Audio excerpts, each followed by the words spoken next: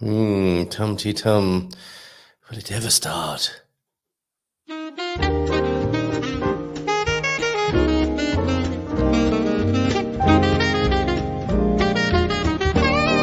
dia, Portugal!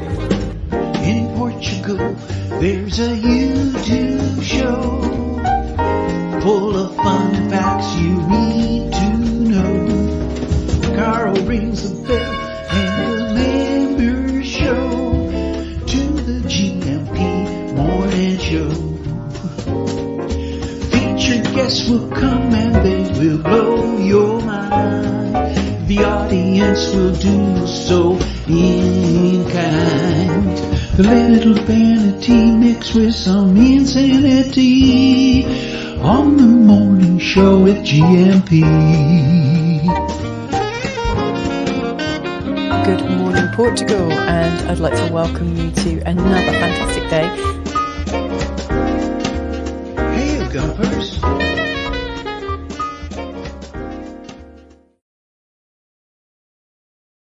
Hola, bom dia, alegria. Munson here with Good Morning Portugal show, live stream and podcast. Oh my goodness, it's good to be here this morning. How are you?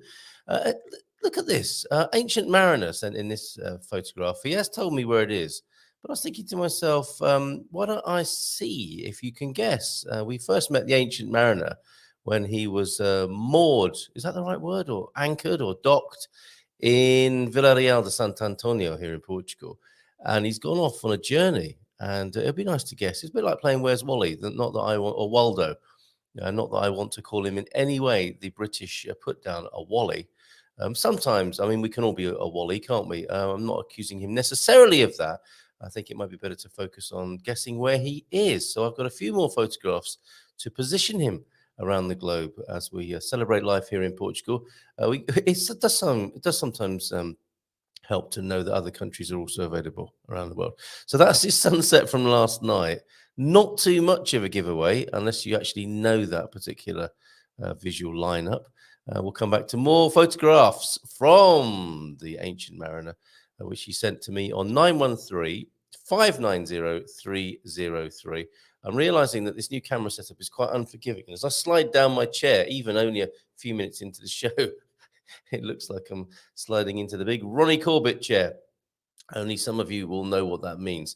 Good morning to you. How are you? Do let me know in the chat how you're doing this morning, and on 913-590-303, which is also the number of the Iberian FM phone-in, which we'll do again at 10. A couple of things have caught my attention. I'm saying there that one of my secret agendas, which isn't very secret now because I'm talking about it, is to find the poise beyond the noise. Let's not pretend that things do not upset us in this world. But the purpose of life behind all of that, I would have thought, is to enjoy life.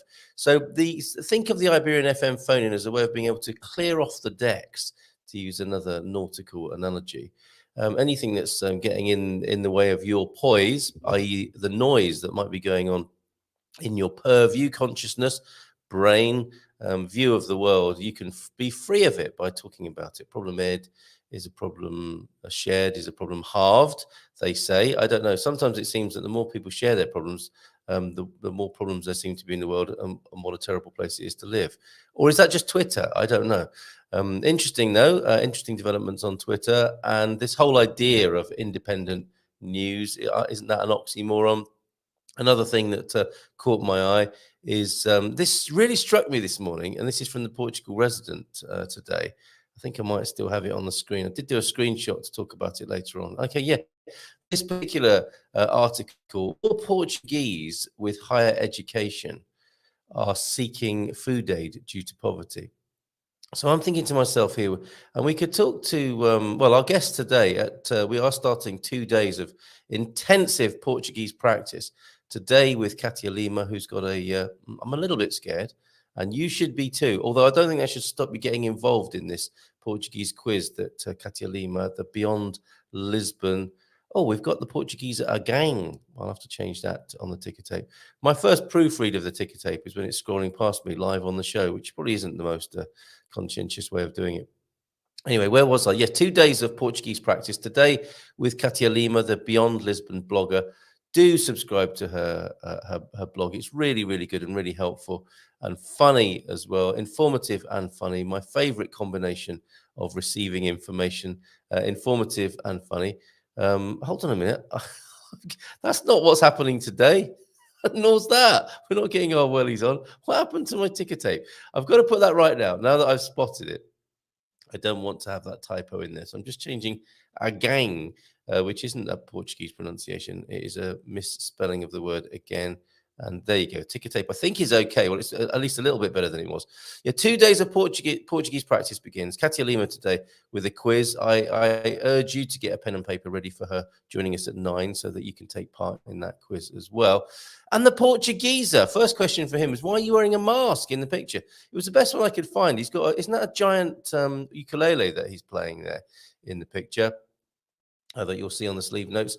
And yeah, why is he still wearing a mask? I think it's an old picture, and I think it was an ironic picture of him wearing a mask in the middle of the countryside. I'm not sure, but well, you can ask him yourself direct this morning. But this caught my eye this morning as a possible Iberian FM talking point. More Portuguese with higher education seeking food aid due to poverty. So in a sense, it's quite intelligent to go to the food bank if you are hungry.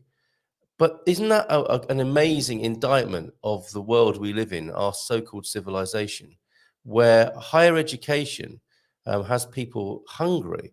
You would have thought, wouldn't you, that the most educated people in our species would not be having such problems, or is it me? Okay, well, and I don't mean in any way to be undermining the problem of people not being able to eat. I don't mean that whatsoever. Of course, they should be fed, and there's enough food in the world to go around. As I understand it, the propaganda I've been receiving tells me that it's just a distribution problem. But it is odd, isn't it, that education, perhaps some of the most highly educated people are going hungry, making me think they're not that intelligent. They may be highly educated, but what has happened to a species that has forgotten how to feed itself personally and feed the others around it, if you like, family and society?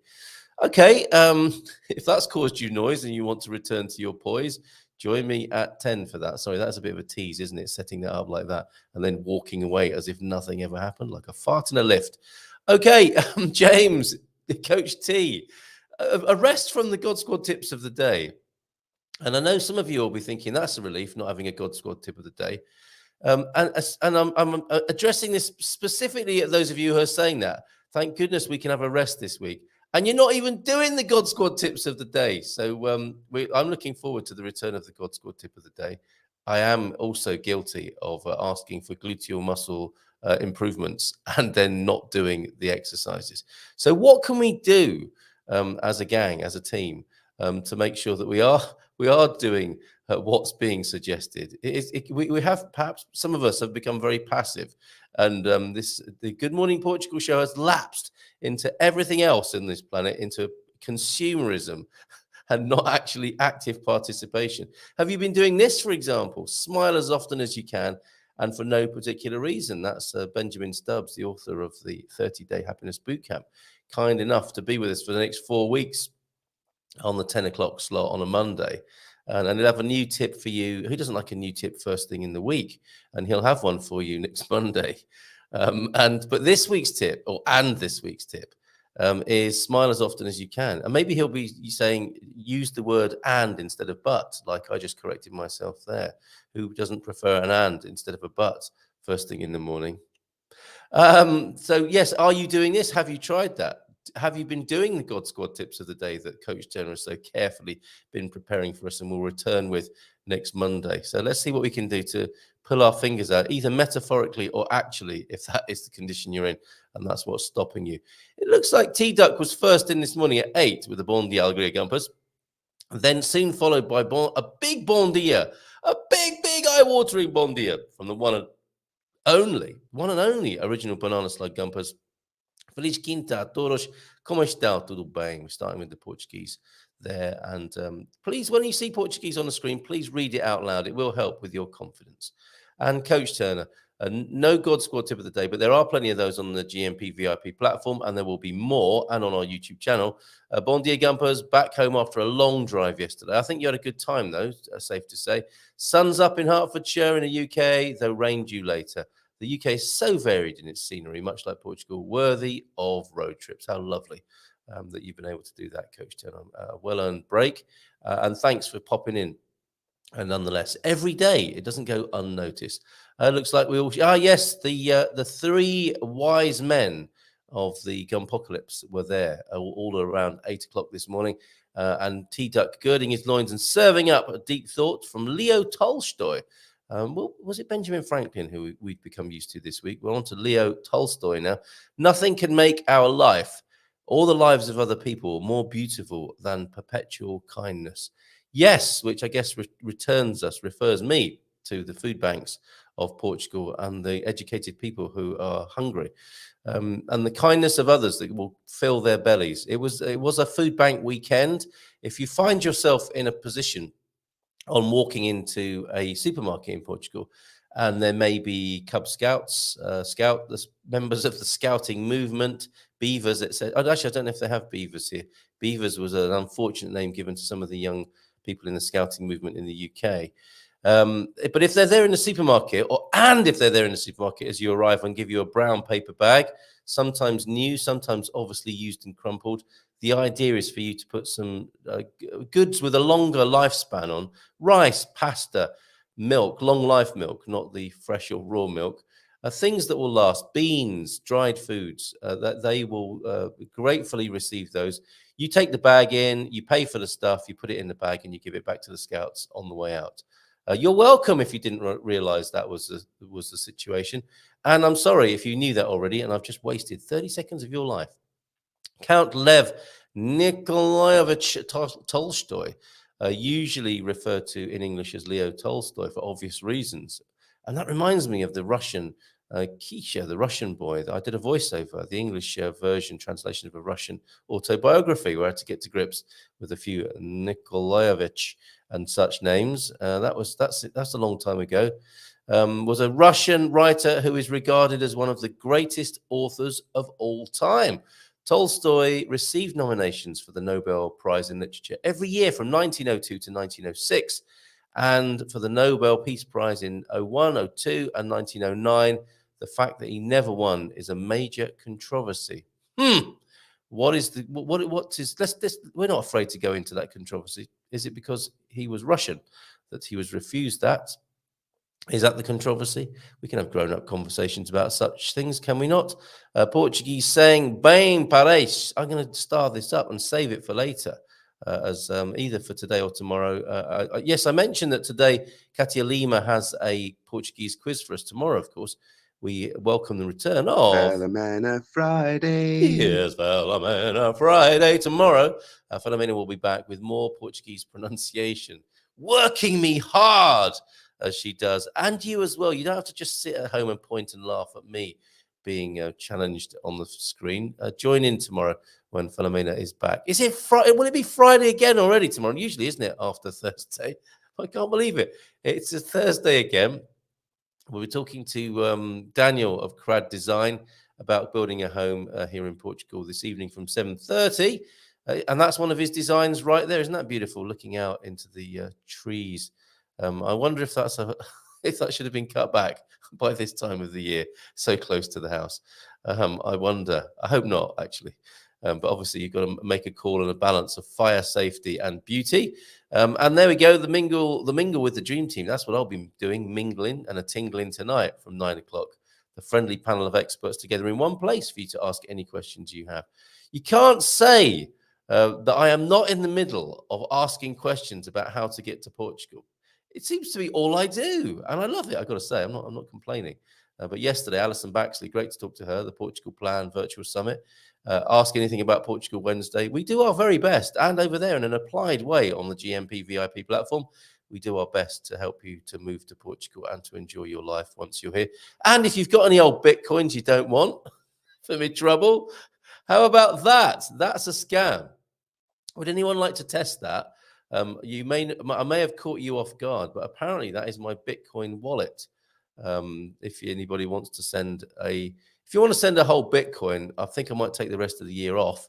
And that Ponzi scheme doesn't seem to be doing so badly right now, notwithstanding a few ups and downs, and in many ways mirroring the ups and downs of the biggest Ponzi scheme ever, which seems to be quite the struggle. But there you go. There's my Bitcoin wallet. If you need that up again in a little while to test that, to send a slither of Bitcoin or a Bitcoinette, a nugget of Bitcoin, a chipping nugget, which sounds like a place in UK, doesn't it? I think I lived near Chipping Nugget. I lived in Weston-super-Mare. I'm so distracted now. What happened there? Bitcoin wallets. That was quite the distraction. Bayhandi is in. Dang, says Facebook user. I just took the paper bag. Oh, yes. I just took the paper bag from the volunteer and asked her for more. Thought they were in the environment people promoting paper bags instead of plastic. Oops. I love that. I've got to screenshot that. It's like, no, that is not what they're for. That's superb. Thank you very much. And I honestly don't know if you're joking or not. If you are, good one. If you're not, how will you face the scouting movement ever again in your town? You will be that person they point at or talk about behind their hand. Great. Okay, let's go back to the deep thoughts and the Portuguese sayings. But there you go. That's what spawned the scouting movement and their brown paper bags. Hold on a minute. Here's the quote. Nothing can make our life or the lives of other people more beautiful than perpetual kindness. And humor of that kind is, to me, a certain kind of kindness. There we go. Informative and funny. You tick both boxes there, whoever you are, whichever Facebook FU you are. Okay. Portuguese. I began this, didn't I? And then this is where I got distracted. Bem parece orego entre mim e meu companheiro. Well, looks like the gulf between me and my mate, a hedge between friends, a hedge between keeps friends green. Okay, got it. There's no mention of the word verde there, but I guess it's a companheiro. Is there something missing there? I've never seen an N and an H combo together without a vowel in front there, T-Duck. But far be it from me to question your diligent sharing and reporting here. And just like Coach Turner's God Squad tips of the day, your service to this community is outstanding with your content and contributions. So thank you so much. And a hedge between keeps friends green is the Portuguese saying of the day. The Kane Sabia then, let's continue with a bit of train spotting and railway talk. Loved it yesterday. I was a train spotter, it may not come as a surprise to some to discover that I was a train spotter in the UK in my teenage years. That was my geeky thing to do, not gaming. I've still got to make that gaming video, haven't I, from one of those old consoles that I saw at Obidosh at the weekend. But was never really into gaming, but I did like a train or two, go around the country looking at the numbers on trains. Oh, kept me off the streets, kind of. Kane Sabia then, the majority of railway lines in Portugal were built to, of course, the precise 1,668 millimeter Iberian gauge. Iberian gauge. I want to start some more merchandise and have an aftershave called Iberian gauge. Gaja Imperianos. 5.47 feet. Now, there is a reason, isn't there, for why the sleepers and distance between railway lines is this. And it's some arbitrary weird thing, which we might discover in just a moment. But anyway, 5.47 feet, while the European standard is slightly narrower at 1,435. So bear with, the big reveal is coming, I can tell. At 1,435 millimeters, 4.7 feet. However, to reduce construction costs in rural and mountainous areas, some lines in Portugal were built to narrow gauge. That saves on a lot of timber, doesn't it? Just 900 at under 3 feet, setting a great big train and all its passengers on just 3 feet of width. there. These lines, I think it's the Vuga line. Is that one of those narrow ones? These lines were constructed from the 1880s onwards, with the final line not yet completed until 1949. The first major wave of closures took place in the 1980s. Yeah, it happened, didn't it? All over Europe, I think. It was the it was the fella in the UK who was the mastermind of closing. Used the phrase and word mastermind loosely. I want to say Beaverbrook, but it was some lord, wasn't it, who shut down the railway lines of the United Kingdom, which were becoming cycle paths and hiking routes now. And that's the way, I think, around Europe and the world, probably. The first major wave of closures took place in the 1980s, yet 188 kilometers, 170 miles still exist. What fun! And I think if you go to cp.pt, as T-Duck mentioned yesterday, CP is the name of the Portuguese railway network. You can go on a special journey. I think the Vuga is one of those thin ones. In 2022, hold on a minute. Let me just put a nice picture up, or a visual dad joke. Enjoy this for a moment while I have a sip of tea. I've got to do that. I'm very thirsty and dry this morning. Here's a bacon-related funny for you. Hold on a minute. Let me just get the. We're only on to 4 out of 5 of the comment thread there. Just going to mute up a minute.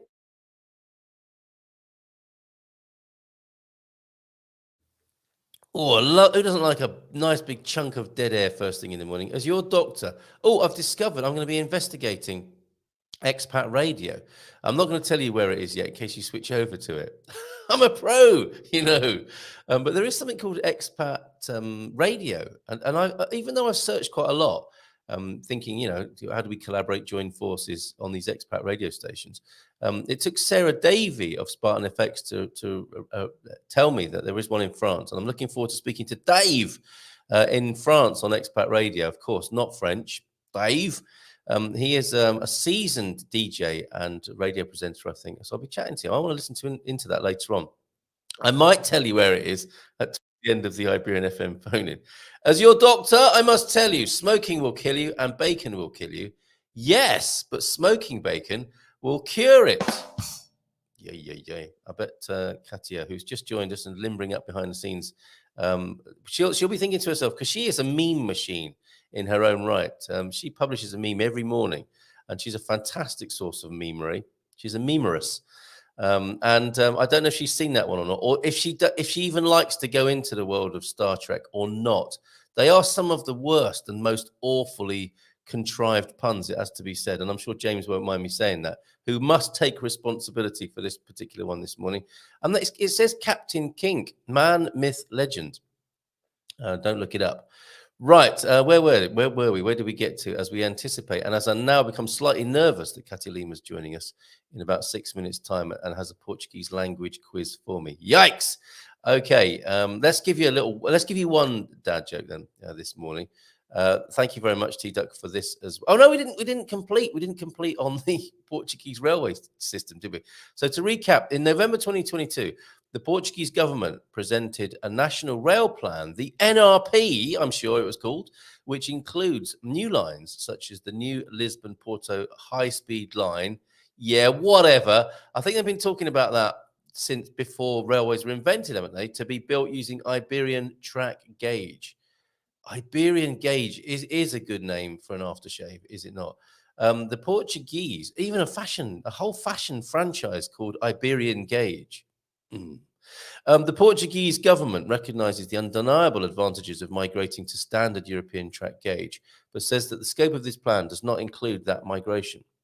So what happens then? Do trains have to stop? Are there trains on the border or interchanges on the border where you swap from one gauge to another? Is that how it works? I mean, that is not very good forward planning, is it? But I mean, I guess they're quite committed at this stage after 100 years plus of laying down tracks that are a different size to the neighbours' tracks. Well, there you go. That's all part of the charm of having a national identity, I suppose, and a different size track. Thank you very much for that, T-Duck. That will be immortalised and banked in the GMP VIP resources as a Portuguese factoid about the railways. I often wonder, in the days of old, people competed for the coveted position of village idiot like they do now. Oh, these dad jokes this morning are a little cross, aren't they?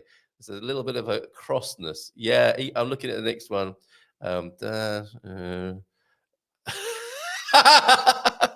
Yes, they have a somewhat dark tone to them this morning.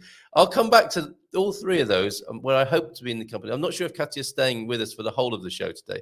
She's certainly going to be giving us an amazing heart. She is. That's great. So I love it. I love this slight electricity when the Portugeeza joins us. And I know, we know, don't we, that he's slightly mindful of what he's saying because Cátia's around. So she's a fantastic check and balance on his somewhat wayward behavior. I don't know if he's tuned in yet. And we will ask him why he's got a mask on in his picture. Bon dia, alegria todos. Happy hump day. Cheers. Hold on a minute. That was yesterday, wasn't it? Happy hump day. We're hump day +1. I'll have you know this morning, Francis. Good to see you. How's it all going? And a lovely big welcome, literally, from James for you. And right back at him from you as well. Andy Klein's here. He of the mobile phone video course, which you can see on the platform. Good morning, everyone. Yet another sunny morning in Aveiro. Hey, have I got that rather amusing sign for you? Let me just see if I can find this because I found it the other day. It's a sign that you might see in Venice, which says Venice, the Aveiro of Italy. I'm not sure I do have it. No, I will find it for you at some point. It's a meme that Cátia might like to use, actually, if I may impose myself in that way. She has final say on the fine memes that she greets the world with every morning. Beautiful sunset. Yes, where is he? That sunset there. I don't want to give the game away yet, and we're getting dangerously close to 9 o'clock. Let me see if I can share a few more pickies with you. Where is the Ancient Mariner is what we're playing right now before we get into the Portuguese language quiz. Hold on a minute. What's happened? WhatsApp's frozen up. We're not going to be doing that right now. Okay. Oh, yes, we are. Here we go. It's unfrozen now. Beautiful pictures. Let's just bring it to the screen and see if you can guess then where the Ancient Mariner is at the moment in the world. This is a good game. I think he can probably serve this up to us more often than not on his travels around the planet. So here he is. That sort of influence. I mean, the inner teen in every man will be just thinking to himself, I think that just looks like a big breast to me. The more erudite part of them might step in, may not, of course, to say that there is definitely a sort of Moroccan Moorish vibe there. Where might he be? He still could be on the northern side of the Mediterranean with an influence of that sort of architecture. But is he right in the vernacular, so to speak? Next picture then, trying to place him. The flag could be a bit of a giveaway, but maybe not. Where is the Ancient Mariner right now? I have to make sure you can't see any of his disgusting memes that he sends me. Just the nice photographs. There you go. Going into some sort of souk or bazaar. And, Rue de la Casbah. Rock the Casbah. The Ancient Mariner likes it. So, yes, Rue de la Casbah. Where might that be? And the sunset that you already saw this morning. Where is he, I wonder? Okay, that's quite enough of that for now. Let's say a couple of quick hellos before we say a big hello to Cátia Lima. We've got Victoria Benson in. How you doing? It's an Hola Bon Dia Kids from sunny Portimao this morning. Deeg was also in. He's seen Bruce Springsteen 3 times this week, I think. Yeah, 3 amazing Springsteen gigs. Son Bart did the harmonic swap with Springsteen. He shared a harmonical spittle with Bruce Springsteen. Is that what happens? Do you get thrown the mouth organ, so to speak, by the boss, and you get to play it? Wow. Or do you get to keep it? Bon dia, Carl and Compass from a damp Belfast, 9 degrees for you. Coach Turner, working the room there. Nice one. Bon dia, Carl. New camera. I really like what I see on my screen. You sexy devil, you. But the streaming and the lip sync has gone again. Let me just shut down WhatsApp just for a moment. Stop sharing and see if that helps. It's 2 steps forward, 1 step back. My basket weaving degree didn't work out. Would you like fries with that? Yeah, is this that's a reference, I think, isn't it, to some of the highest educated needing to go to food banks at the moment. A sad scenario, generally speaking. Carl, play the whistle song at the end of the show. Get everyone up to do some sort of exercise while it plays out the show. That's a good idea, isn't it? Dancing to the whistle theme tune. OLP is here. Are there public swimming pools in San Martino de Portugal? No, not kind of. I'll have to come back to that because it's 1 minute past 9. I just want to make sure we've said hello to everybody, including Bayrandi. Yes, I know it was you. Anyone who calls me a sexy devil, when I see that on the screen, I'm thinking, yay, admirer. And then it's like, it's only Not only Frank, of course, because you're very special to me, Frank, but not in that way. I'm hastening to add. Not that I'm. I hope that doesn't come as a disappointment to you. Thumbs up, Carl. Everyone, you know how Carl loves a thumbs up first thing in the morning. Naughty. Yeah, scouts will run for the hills next time they see me. I ruin their gig. And I do have to report that to Cátia, which I will do now because I think we've said hello to everyone. Nice big round of applause. And yes, that's the way to... That's a Roman gesture there, as though you're in the great amphitheatre there. How are you, Cátia? I'm okay, thanks. And you? Yeah, pretty good. Good to see you here. We have all sorts of cultural news to share with you. A very funny story. It looked like it was food bank weekend in Portugal over the weekend. And I was talking about the news article about some of the most highly educated people in Portugal are having to resort to going to food banks, which we'll talk about more on the Iberian FM phone-in. However, I'm a little bit scared. I'm just talking lots because I am trying to hide my nerves because your idea today is to put me through a rigorous Portuguese language quiz. Why? No, I'm a benevolent being, Carl. Don't be. Although I do admire your courage, but Yes. you're a brave man. What? So you're making me scared?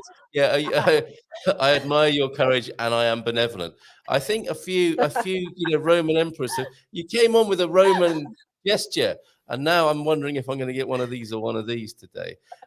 This is hot on the heels of International Portuguese Language Day, isn't it? That's the inspiration, I think. Yes. Well, basically, the idea was that the blog post as it is works well for the blog, but it would be too nerdy for the show. So I just thought of adapting some of the content for the show and turning it into a fun quiz. Oh, excellent. Okay, well, that's wonderful. And you are, of course, the Beyond Lisbon blogger, Cátia Lima, and you're referring to one of your blogs which is inspired by International Portuguese Language Day, right? And it's quite detailed, is it? You describe it as nerd. World Portuguese Language Day, which happened on May the 5th. I was a day late reporting that, unfortunately. I think we have got a diary and a calendar in the GMP VIP platform. It was on there, so people were reminded at that point. And would love to say it won't happen again. However, I can't guarantee that because I'm not great on it. I don't even have a diary. I was saying to Mrs. M, I get invitations, and there are a few things coming up. And every now and then I think I really should get a diary so that I can remember all of these things. But I still don't, and I still haven't. It's, man-made time and man-made conventions of time I resent slightly. And I think that's part of the reason why I don't have a diary. But it's very embarrassing when you completely forget an appointment you've made. Anyway, so there you are with the blog, and you've adapted it for use on the screen here on Good Morning Portugal show. So thank you so much. Really grateful to you. Before we get into that, just something to report that you might find amusing from one of our contributors this morning, Facebook user, who I was saying, talking about this business of some of Portugal's most educated people resorting to the food bank system. Somebody here, as I was describing what happens when you go into the supermarket sometimes and you get given a paper bag, they by a scout, incidentally, they thought it was the environmental movement giving out reusable bags. Dang, I just took the paper bag from the volunteer and asked her for more. Thought they were the environment promoting bags instead of plastic. Oops. So that's not what you do, is it, Cátia? You're meant to fill those bags up with dried goods. Yes. Because they'll be going to a food bank. So it should be non-perishable goods. Yeah. Yes. Although we do that every year in Portugal. That's a yearly happening. Is it? It's an annual thing, is it? So I had it in my mind that it was more often than that. And perhaps it will become more often. No, it is. What I mean is there's usually one big event of this that's connected to Banco Alimentar contra a Fome. Yes. But then you'll have several others throughout the year. Which means that's my first test, I think, this morning. Food Bank Against Hunger this morning. Banco Alimentar. Banco Alimentar. Yeah, Banco Alimentar contra fome. From, Against, yeah. against hunger there. So do what you can. And another beautiful story we heard about yesterday was a man discovering that this was the collection day for food. All the stuff he bought, he just gave it to them as he was leaving the supermarket. I mean, he didn't mean to. He realized what was going on. All the stuff he just bought, he said, "Look, you can have it all." And then left the supermarket as if that was it, and came back with flowers for the people collecting. And everyone was in tears, with this incredible outburst of kindness. And that was, funnily enough, that was our deep thought of the day. And we can repeat it now. Nothing can make our life or the lives of other people more beautiful than perpetual kindness. And that was that was the kindest thing, a gesture I've heard for quite some time. And I can't remember even who it was who reported that, but what a I wonderful... read that too. Yeah, it's lovely, I wasn't don't it? know what it was, but I read that too. Yeah. Yeah, it was one of those Facebook things, wasn't it, that we must have both seen and thought, oh, that's lovely. Right, so that's the food bank thing. You now know what to do, everybody. I have other Portugal cultural information to share. Look what I found when I was up in Ponte Lima. Aha! I That's love the this. lavender one. This is the lavender achbrito Yeah. cologne, right? So I'm going to... Mhm. I'm not going to taste it. I do have other alcohol available to me in that. It's not a Portuguese liqueur, everybody. It's a cologne aftershave. Drives Mrs. M wild. I love it. Now, I need to check with you, though, because I'm out of my depth culturally. It is the Old Spice, I think, of Portugal, possibly. Is it really identified or associated with old men, Cátia? Am I dating myself or putting myself in a position? No, not necessarily. Not necessarily. That's if I remember correctly, that brand appeared around the late 19th century, and some of their products, for a time, they were actually in Great Britain, you have products by appointment of His Majesty, the King. Some of those products were actually used by the Portuguese king and queen. I think the king actually used one of the brands that was Musgo Real, but it's then people just with the 80s and other brands coming in, it just lost some of its importance, I think.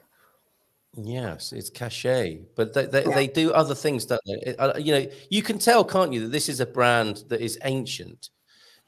And what happens with some brands is they disappear because they think that they can't compete anymore, and they kind of just give up. But there's a few in Portugal that didn't give up, and they are. If you wait long enough, you can have that sort of cachet, can't you, of vintageness, vintageosity. If that is indeed a word. And this is their website. So you mentioned this. We looked at fantastic independent Portuguese brands. This is clearly one of them, and I would recommend.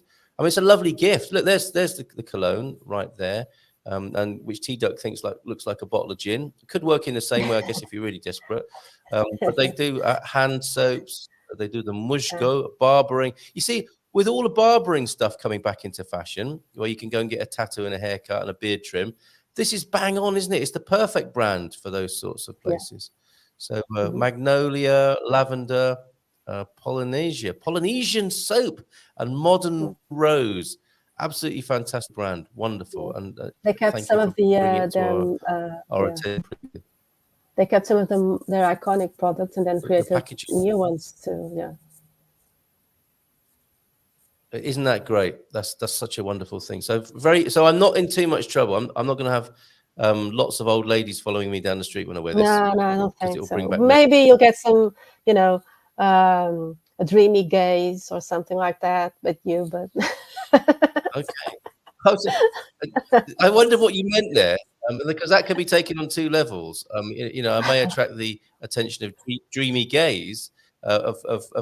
Gaze of old ladies. I don't mind either. As far as I'm concerned, it's all attention.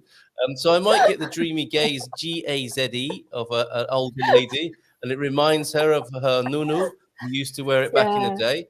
Or I might even Yeah. get a look from Nunu wistfully, thinking to myself, yes, that smells good. You smell good, young otter, or whatever he might call me.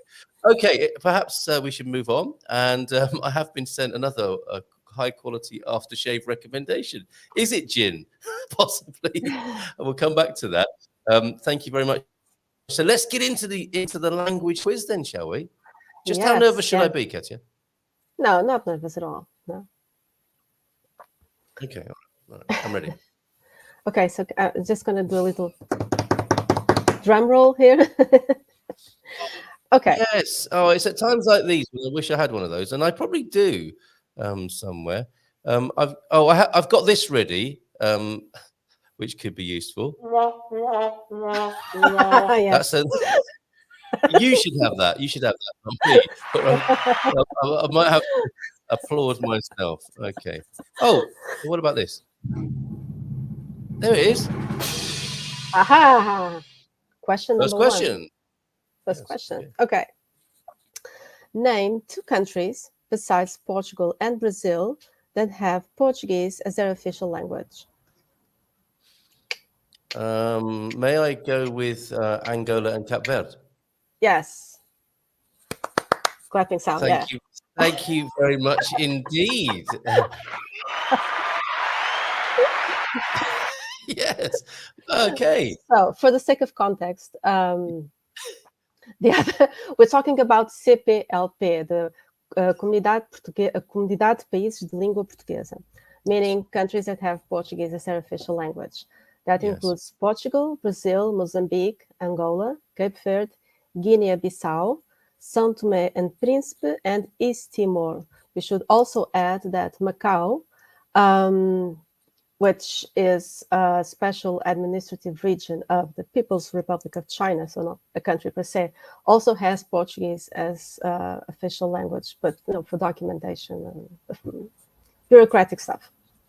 Very good. Very good. And it's a bit like Hong Kong, isn't it?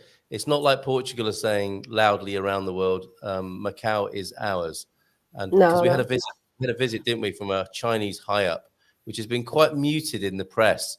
And I love the way Portugal plays its relationship with China.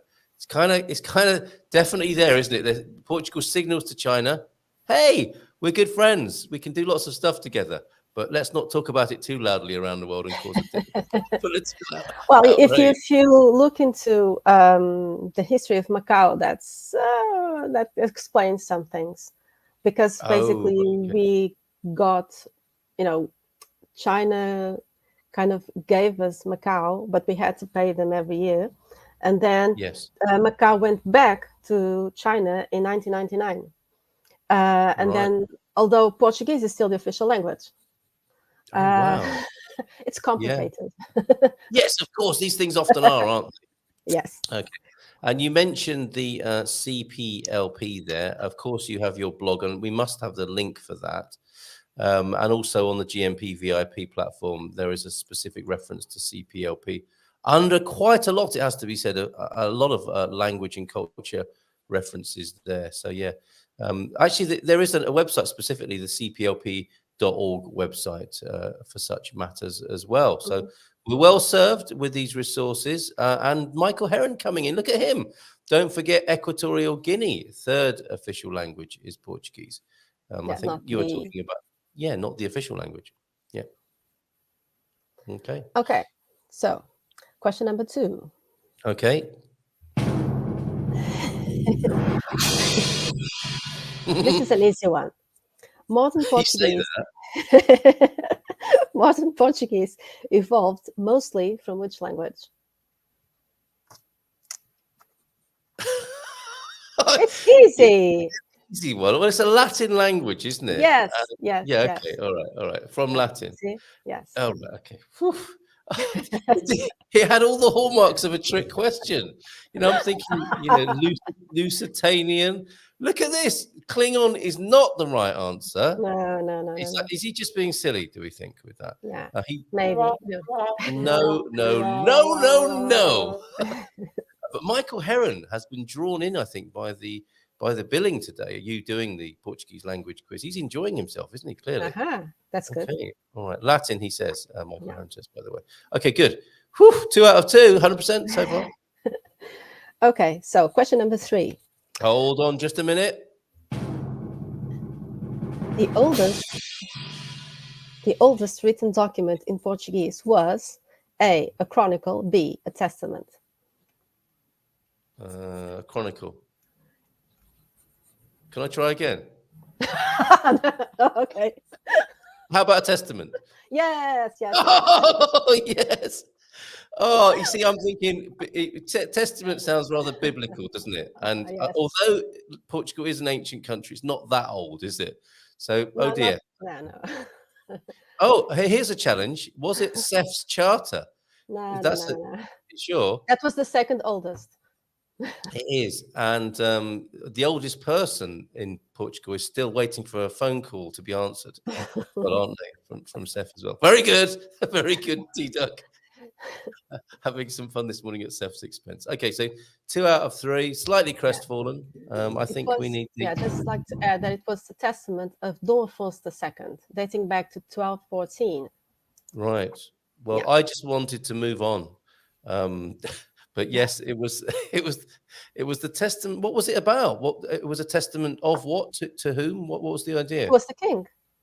And so it's the oldest document. It's like a proclamation by him, probably saying, "I am king." It's a will. Oh, Sorry, a will and testament. Okay, so this is the oldest document we have historically in Portugal. Is the will of... Oh, sorry, in Portuguese. In the Portuguese. In Portuguese. Okay. Yeah. And is it in the library at Coimbra by any chance? Probably in Lisbon, in Torre do Tempo, I'm guessing. Okay, all right. Because I was hoping to mention the bats that fly around the library there. That's in Mafra. I think maybe in Coimbra they have them as well. I don't know, but you're right. You're absolutely right. I'm doing really badly this morning, and I hope that isn't one of the questions that's coming up because I've ruined it. No, hold a minute. It's another answer. The oldest document in Portuguese is the 1 o'clock lunchtime rule. Could be true. It's not really. Michael, please. We're having a serious quiz here. Contain yourself. Sorry. Back to you, Cátia Lima. Question number 4. Give one example of a difference in vocabulary between European Portuguese and Brazilian Portuguese. So, I mean something. Yes, but I've got this. I've got it. And are you talking about pronunciation or are you talking about a written word? Because I can do both here. No. I'm talking about one. In this case, it can be like one object, but has two different words in Portugal and in Brazil. Well, I would go with, you see, we've got T-Duck saying bom dia. That's a pronunciation difference, not a different word. Bom dia. Yeah, that's right. But I would go with bem-vindo. Bem-vindo. You're not giving I'm going to give you one example, and then you can give me another, okay? Like, for example, that's something else. Stop. He's enjoying himself too much this morning, isn't he? Stop it. Yeah. For example, in Portugal, we say autocarro. In Brazil, they say ônibus. Oh, okay. I got it. And I thought I was doing so well because I thought not in pronunciation, but I'm talking about different words for the same thing. Yeah, bem-vindo is as good as I've got because I was thinking that it got truncated, didn't it, to BENVINDO or hyphenated, and those are two different versions of welcome, whether you are Portuguese, Brazilian, or European Portuguese. But sadly, I'm getting a shake of the head, which is slightly upsetting, I've got to say. So sorry, I've let you down there. You, the Portuguese people, and my fellow expats on this occasion. So you give up? No. Okay. Onward. So, that would not be a good look, would it? Onward to question 5. Let me just give the drum roll. Oh no! Did you want to give more examples, by the way? Yeah, just one more. Like, for example, in Portugal we say telemóvel. In Brazil they say celular. Oh, do they? That's interesting. It's celular. Okay, it's good to know these things. And there are many different words like this. Yeah. Yeah, when I was in Ponte Lima recently, it's like the distinction, isn't it? I was having a really good chat with a waiter in the restaurant at Ponte Lima, and we were having a real laugh about, I called him a tripeiros, I think, and he said, "Careful now, like you've got to be careful with that sort of thing." And then we were talking about finos and imperials and bicas and cimbalinos and those sorts of distinctions. And that's happening, of course, within Portugal as well. Michael saying tu and você, but then again, is that strictly speaking correct? Because you would have that distinction, wouldn't you? Yes, I mean, in Portugal, we usually, when we speak informally, we call the other person tu, and você is formal. Yeah. In Brazil, generally speaking, they use você as informal, but in some cases they also use the tu, but that's less common. Right. And look, is he being naughty Yeah. again? Rapariga Yeah. means something different in Brazil. He's good at this, isn't he? Showing me right up here. Okay, that's enough. Thanks now, Michael. Have a nice day. I hope you enjoy it. Okay, drum roll for question. Where are we? Number 5. Yeah, number 5. Yeah. Okay. The Lusitanian was a language that was spoken in pre-Roman times in a big part of what is today Portugal. Yes. To which language group did it belong? A. Slavic languages. B. Celtic languages. C. Arabic languages. Celtic. B. Yes. Thank you very much. And Michael, don't go anywhere. I was only joking. I need your help. In fact, why didn't you, instead of just jumping like, pick me, miss, to Cátia, teacher's pet, why weren't you sending me these on WhatsApp like a good pal would do, instead of going head to head with? This is the Michael Heron who took over the show once. We've got the cut of your jib, Senor Heron. Okay, right. So B, yes. Question 5. T-Duck, very happy Celtic there. languages. Okay. And yes, it was a Kane Sabia, so that's where I may have been pre-programmed to answer that correctly. I have 3 out of 5 currently, by the way. Oh, how many questions do we have this morning, Cátia? We have 7 questions and 1 challenge in the end. Oh my goodness. Okay, the tension is building. An extra challenge at the end. Look at him. Nobody would believe you, mate, if I did that. Yeah. All right. Okay, so on to the next question. I was nearly played my sad trombone. Who doesn't like a sad trombone first thing in the morning? Question number 6. Celtic languages in the Iberian Peninsula are not well documented, but some words in modern Portuguese are believed to have Celtic origins. Which of the following 3 words is Celtic? Ooh. A. Almofariz. B. Bué. C. Cerveja. This is a trick question, isn't it? Because we know that our Celtic friends like a drink. Okay, which could be, yeah, come on. I mean, we had Bobby O'Reilly on yesterday, and he was talking about, we mentioned how the Irish passport is perhaps the best in the world, and how Irish people are loved all around the world. And notwithstanding stereotypes, global stereotypes, I think it is a matter of fact that the Irish people do like a drink or two, the Celtic people, right? And I'm wondering if it's a trick question, if it's leading that way. I don't think it's A, because that was a word that began with al, which is of Arabic and Moorish influence. Okay, so we can reject that. B, what was the second word? Bué. Bué. What does that actually mean? You may have heard it in sentences like já não vou lá há bué tempo, gosto bué daquilo. Okay. Bué, meaning a lot. A word of emphasis there. Yeah, okay. Meaning a lot. Yeah. Gosto bué de ti. Right. Oh, okay. So you love it a something lot. People say. Yeah. Okay, good to know. I love those little phrases. I am going to go, however, with T-Duck and although Heron has thrown in a curveball here. Heronius Maximus descended from the famous legionnaire. Cerveja is from the Latin cerevisia. So I was going to go with cerveja with T-Duck. However, yes, It is bue, isn't it? It is with a colloquial. No.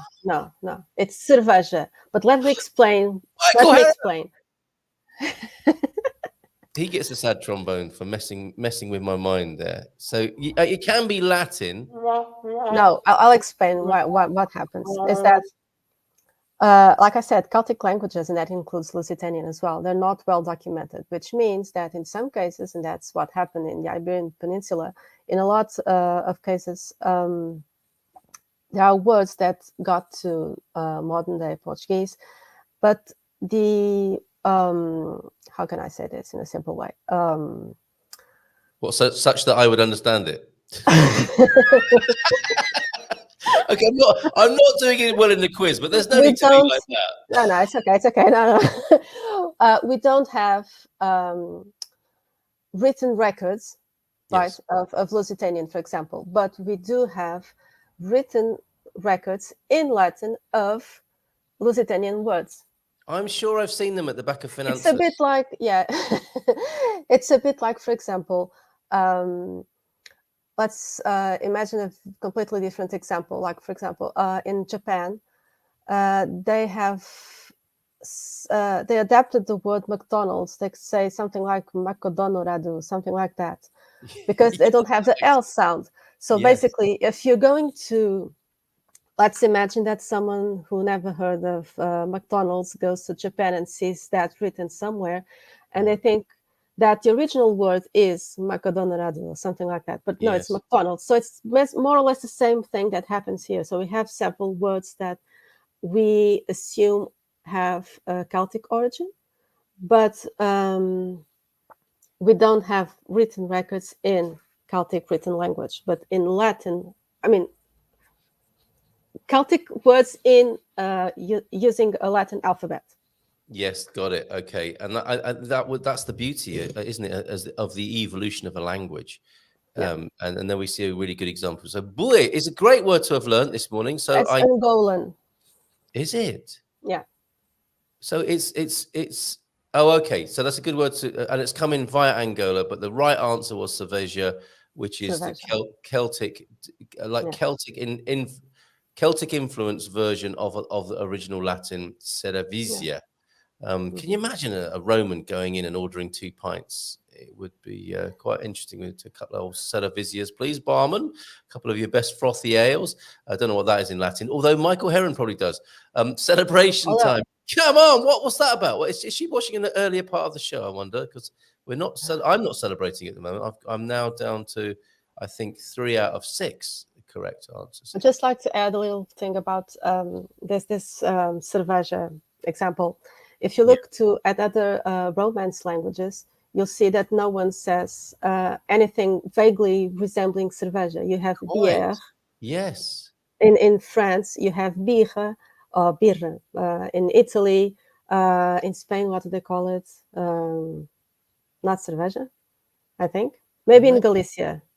Yes. Yeah. Well, Michael Heron will know that as well. But the thing is, it's not, again, it's a word that was not of Latin origin, but it was written using the Latin alphabet. So this was a bit complicated to get. No. I get it. And it was going to be my first answer. And I think one of the rules of the quiz, of any quiz, is sometimes it's best to stick with the first answer, isn't it? Once you start slipping and sliding. Don't think too much about it. Yeah, don't doubt yourself. Oh, we've got Portuguese has joined us behind the scenes. I think he should join for the last couple of questions, don't you? Yeah. Especially for the challenge. I would love to see that. Oh, okay. You say that with some glee. You want to see the Portuguese challenged. Let's give him a nice big round of applause.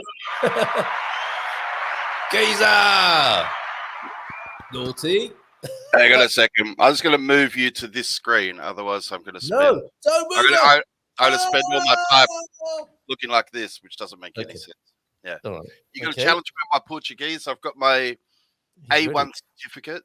So, congrats with your A1. I've been I'm not feeling confident at all. No, me neither. I did go into this with some confidence. Good morning, by the way. Great to see you, Tony. Good morning. Bombs Diaz, and good start. Yeah, everyone's happy, right? We're all happy. We are, notwithstanding having a little bit of an embarrassing outing with the Portuguese. I'm taking one for the team, is how I see it. Only two other people are taking part. Others are just watching and pointing and laughing as usual, but getting the benefit nonetheless of open your vowels. Charming. Absolutely. That is the way to train for any competition of this kind. Is with a big old vowel opening. Yeah, the bigger the audience, the bigger the vowel opening, I find. Quite. Yes, thank goodness it's not a massive audience in that case. Right. Look, we're just delaying. We're just delaying the inevitable here, Tony. I think, aren't we? We're chatting to avoid question number 7 possibly here. So let's get that drum roll back onto the soundboard. With a bum tish, we go to question number 7. Besides Latin, Arabic was also another big influence on the Portuguese language. This influence can be traced back to the period of Arab rule in the Iberian Peninsula. Which of the following words has Arabic origins? A. Chopana. B. Almofada. C. Chaval. Right, Tony, I need to defer to you as a good host would to his guest. I'm very confident that it's Chaval. Are you? Yeah. Chaval. No, I'm not. I'm thinking it's B. I'm less confident now.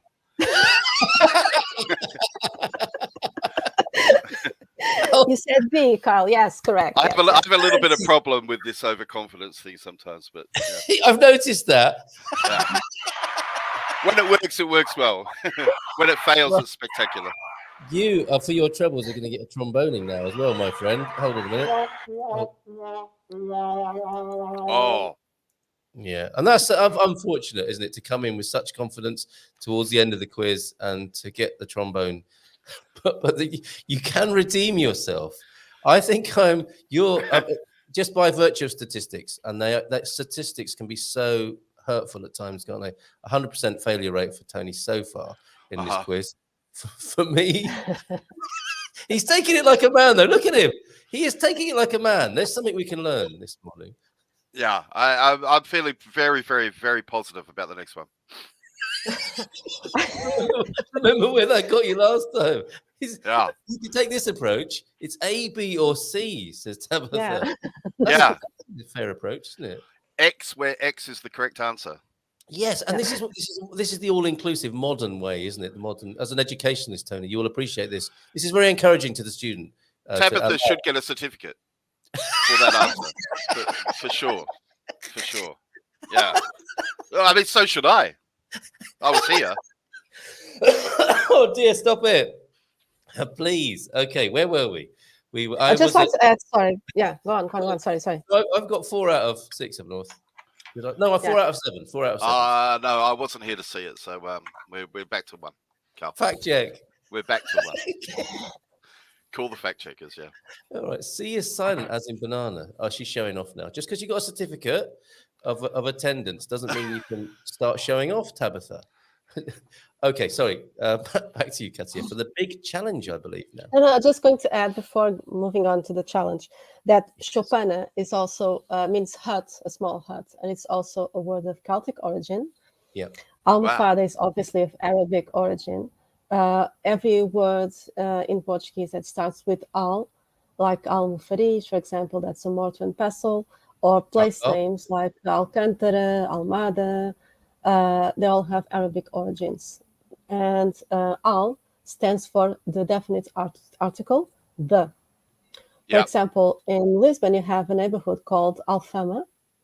And it has that name because it meant Al-Hama, with Hama being a source of hot water. Wow. So when people so were we going believe it had a kind of, yes.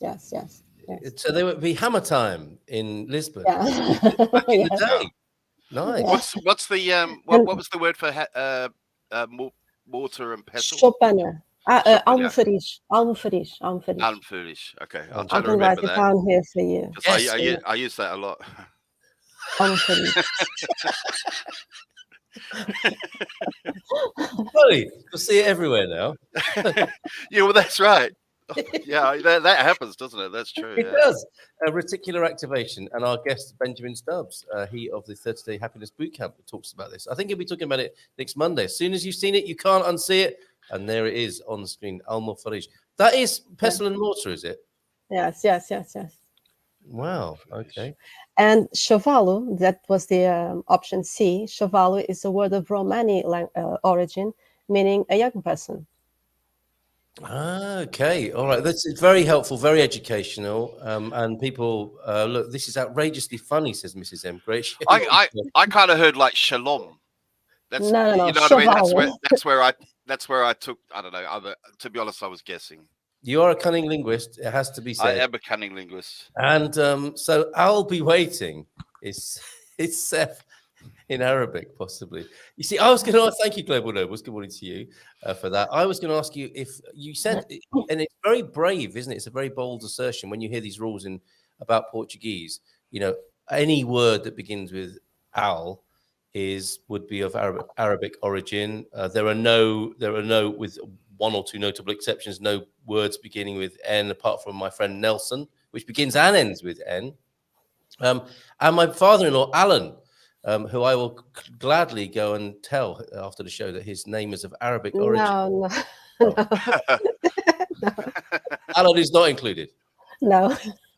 Okay. Oh, that would have been such a lovely bonding moment between me. I mean, not that we need to bond much more. We were very close, I would say. It's interesting though, because in this way, it's something that happens in English as well, isn't it? I think something like 30% of English words are of French origin, and then so there's the Germanic side, there's the Celtic side, so it's similar in that way. I didn't think of it like that. And are they not having to be returned with Brexit? Well, we'd have a lot of trouble communicating, unfortunately, if we did have to do that. So, yeah. Well, like we don't already. But anyway, let's not get bogged down in that quagmire of Anglo-French relationships. Long may it vive la résistance and the magic between the two countries. So we are into the challenge now, aren't we? We're into challenge. Yes. I'm so glad to have my brother Tony with me on this occasion. Tell my wife I love her, Tony, if anything happens to me. Happy anniversary, by the way, I should say. Bon anniversary. Oh, no, that's French, isn't it? Sorry. Right. Anniversario. Anniversario. Bon Feliz anniversario.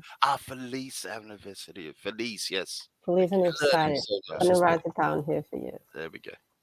Yeah, you see, they say that after 10 minutes, you're not taking any more information in. But I would say with our format here, the information is going in thick and fast. People are picking up all sorts of things on all sorts of levels. It's like a pantomime. Feliz anniversario. Yeah. Here it is, going onto the screen right now. You were a very young man once, Carl. Yes. Well, my life did begin at an early age. I mean, yeah. Okay. Oh, are you talking about the photographs? I'm talking about the photographs. Yeah. Thank you. All right, can we go? The only challenge I'm getting this morning from Cátia. Okay, let's come back to the challenge this morning. If in case you've just tuned in, you are seeing the Portugeezer on your screen. You're seeing Beyond Lisbon blogger Cátia Lima of the Good Morning Portugal show this morning, where we are taking part in a Portuguese language quiz. I want to do more of these. It's been fantastic fun, despite the disappointment that's gone with it at times. This has been very good fun. So on to the challenge now, the climax of the quiz. Can I have a drum roll, please? Oh, yes. I'm so sorry. It was my nerves. Yes, there you go. The longest non-technical word in the Portuguese language, with 29 letters in total, is anticonstitucionalissimamente, which means in a very unconstitutional way. And I'm going to put it here for you on the chat, and I will ask you to pronounce it. Right, Tony, could you step away from Google, please? That's an unfair. Look, he's definitely Googling, isn't he? Look at him. You just have to pronounce it. Why are you Googling it? He's not even trying to hide the fact that he's Googling while he's taking part in the quiz. No, I'm not Googling. I'm doing something else. Okay. All right, this is a great challenge. So it doesn't matter. What are you? You're doing something else. Okay, that's fine then. Right. Okay, hands where we can see them. Are they those false hands that you've got? For this? Yeah, I've got to. You have to have a pair of false hands. You have to have a pair of false hands. The Zoom call. Anti-constitutionalism. Oh, such a good and confident start, and he lost it towards the end there. Well, no. You know what I remembered at the end? We're always tempted to go ente, aren't we? And you don't ever pronounce the e like that. It's You like threw yourself. continente. Most people spend their first few months in Portugal saying, I like shopping at Continente, and it's continent, isn't it?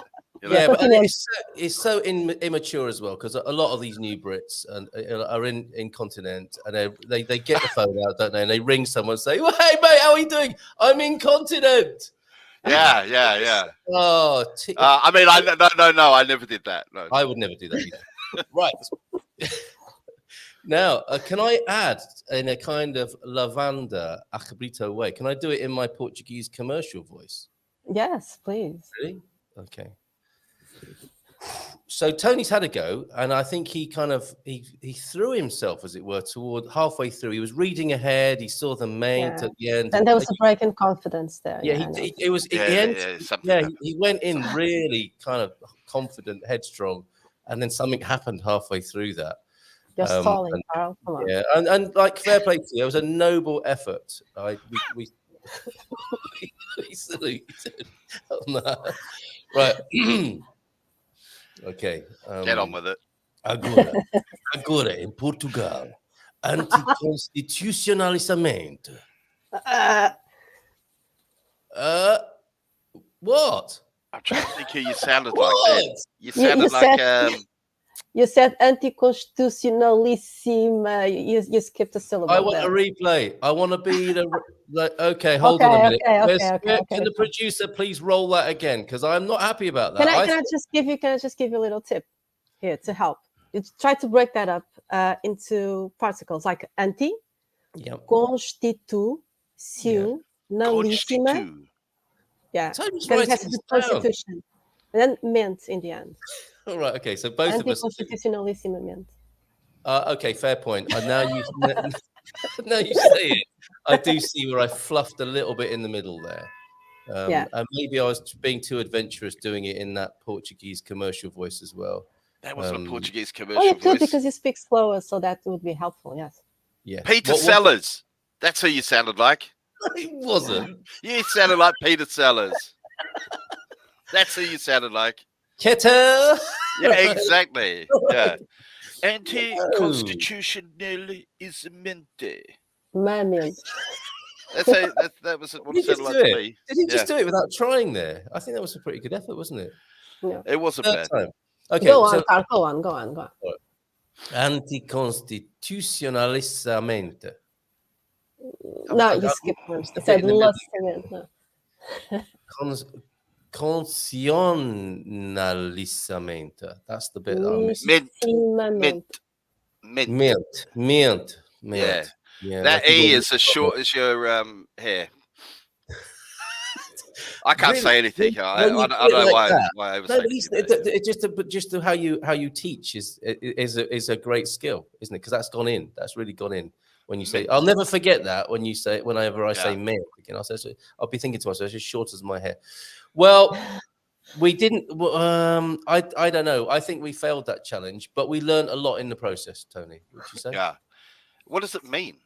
Anti-constitutional. In a very anti-constitutional way. Right. Because you have anti as the prefix, meaning the same as in English, anti against something. Constitucio, meaning being the root for constituição. Yes. And then mente is in a way like you have so it's an adjective. rapidamente. Yeah. No. It's a suffix. It's a suffix. Like the word itself. Yes, it's an adverb. We call that advérbio de modo. It's an adverb. Mente, the suffix mente means in a way. So, for example, you have rapidamente, which means in a quick way. Okay. So that's it. Anticonstitucionalissimamente, in a very anti-constitutional way. You make it sound so easy, and I think you know, It I've is got if you break up the words. Yeah. Yeah, in I my life, get innit? it when you break it up. How do you eat a Portuguese elephant? Probably with rice and chips. And an egg on top. No, one bite at a time, silly. Okay, right. Okay, and it's not quite as simple as unconstitutionally, is it? Because No. it's, and I've got a theory about this. Look at this. We have challenged. Is it because of our quiz today that Disney has lost 4 million subscribers? That's amazing. Are they all watching us now? They're That's all here now. Yeah. Wave, everyone. That's Yeah. fantastic. Okay, that's been amazing, Cátia. Thank you so much for that. Thank you. Welcome. And you didn't turn up for this Portuguese. We've got to check in with you and see what you've been thinking in this last month. But I've got a feeling that this word that none of us here gathered today will ever forget this is what's behind the mais habitation policy, isn't it?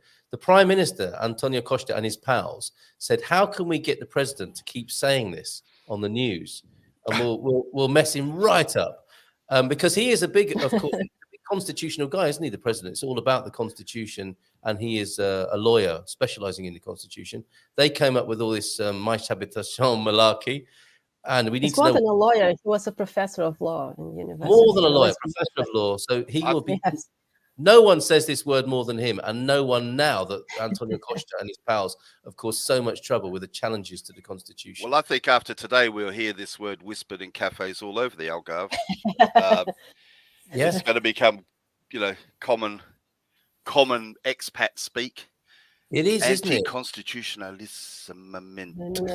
I'm not really aware of what is in the Portuguese constitution. I probably should be. You certainly should be. My Yeah. goodness, you don't? No, I have to admit, I hear people speaking about Portuguese politics. Apparently, the government's about to collapse. But part of being here was that I didn't want to really think too much about politics anymore. Does that make sense? It so does. It so does. And you bring with you a fantastic talking point there, because here we are learning about Portuguese this morning. And Cátia, thanks again. You've done such a fantastic job with this. I'm going to give you another round of applause for that.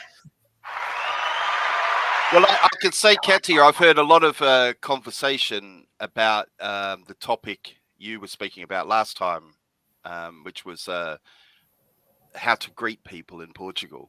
With the chick kissing on the cheek. So we've definitely been talking about that. But it did remind me of something that I forgot to say last time, which was my grandfather always said, never reject the offer of a mint. Have you heard that one, Carl? Yes, absolutely. Yeah. Do you have something similar in Portugal? They say never reject the offer of a mint. And the hidden meaning is if someone offers you a mint, it probably means your breath smells. So you should accept it. Yeah. Oh, I see. Okay. Yeah. I just thought it was never turn any freebies down, including mint. Well, it could be that as well. It's also possible that I've kind of projected a bit. Yes, it is, isn't it? Yeah. So that's also possible. Did he wear cologne as well? Because he sounds like a man we should take further counsel from. Old Spice. And, yes! Two shots of sailor's rum a day to repel snakes. And it worked. But he lived in England. He lived a very long life and was never bitten by a snake. Not even once. A legend. And his breath was delightful. Very minty. Yeah. And with top notes of rum. That's and Old Spice. I mean, wherever he went, women must have been swooning. They're getting mint, they're getting rum, they're getting Old Spice. I mean, what woman could cope with that? What man could cope with that? So yeah, he was a great guy. He was a fire chief, or what do they call him in England? A commander. He was a commander, West Yorkshire Fire Services. So he was yeah. A straight talking Yorkshireman as well. Fantastic. He was a straight talking Yorkshireman. Yeah, that was for sure. That was for sure. But I wanted to ask Cátia in particular, Rota Naughty. Yeah. Do you know this? Rota Naughty. I'm probably mispronouncing it. Rota. If I put it in the chat. Careful. Yeah. I'm probably going to spell it wrong. Okay. Rota. As in root. Rota. Rota de Vinhos is these. I think it's the N222. Is that right? Yeah. National Road. So Yeah. The N last, is for National Road, yes. not last Sunday, but the so the N is for Nacional, right? Is that how it works? National Road, yeah. National Road. And a couple of weeks ago, I went on a motorcycle group ride from Porto to Pinhão. I'm probably mispronouncing that as well. Pinhão. Pinhão, yeah. Pinhão.